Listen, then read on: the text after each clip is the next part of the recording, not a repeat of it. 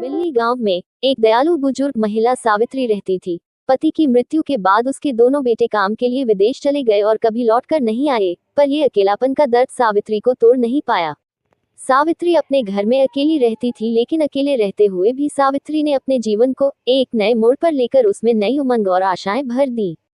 सावित्री एक आत्मनिर्भर और पढ़ी लिखी महिला थी और हमेशा दूसरों की मदद के लिए खड़ी रहती थी। एक दिन शहर से आदित्य नाम का लड़का अपने रिसर्च प्रोजेक्ट के लिए उस गांव में आया और सावित्री के घर में उसे रुकने के लिए जगह मिली। आदित्य बेहद सुलझा हुआ, ईमानदार, सीधा साधा और पढ़ाकू लड़का था।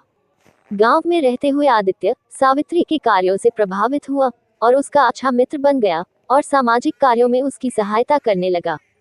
सावित्री की दरियादिली की बातें सुनकर अनन्या नाम की महिला उससे मिलने आई। अनन्या की आर्थिक और मानसिक हालत बहुत खराब थी।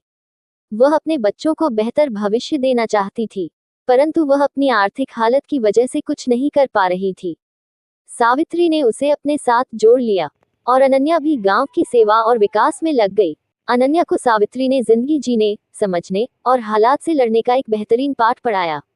अनन्या को समझ आ गया कि कड़ी मेहनत और आत्मविश्वास ही उसकी समस्या का हल है। अनन्या कड़ी मेहनत में लग गई। वह सावित्री के हर कार्य में जुड़कर उसका सहयोग करने लगी, जिससे उसकी जिंदगी में काफी सुधार आया।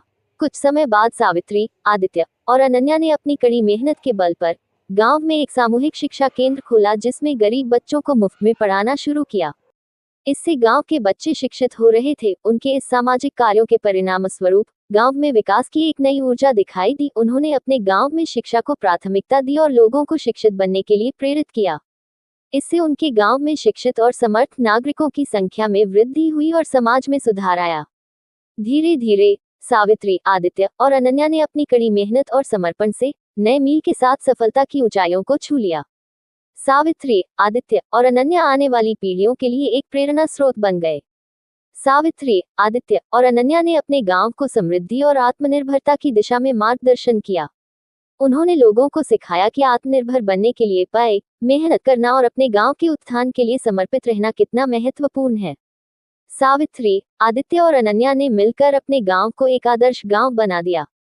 इस कहानी से हमें ये सीख मिलती है कि जीवन में सफलता प्राप्त करने के लिए साहस और संघर्ष की आवश्यकता है। सावित्री, आदित्य और अनन्या ने अपनी जिंदगी में कई मुश्किलों और चुनौतियों का सामना किया, लेकिन उन्होंने अपने लक्ष्य की प्राप्ति के लिए कभी हार नहीं मानी और निरंतर गांव के विकास में लगे रहे। ऐसी ही मजेदार, रोचक कहानियां सुनने और देखने के लिए हमारे चैनल को सब्सक्राइब करें।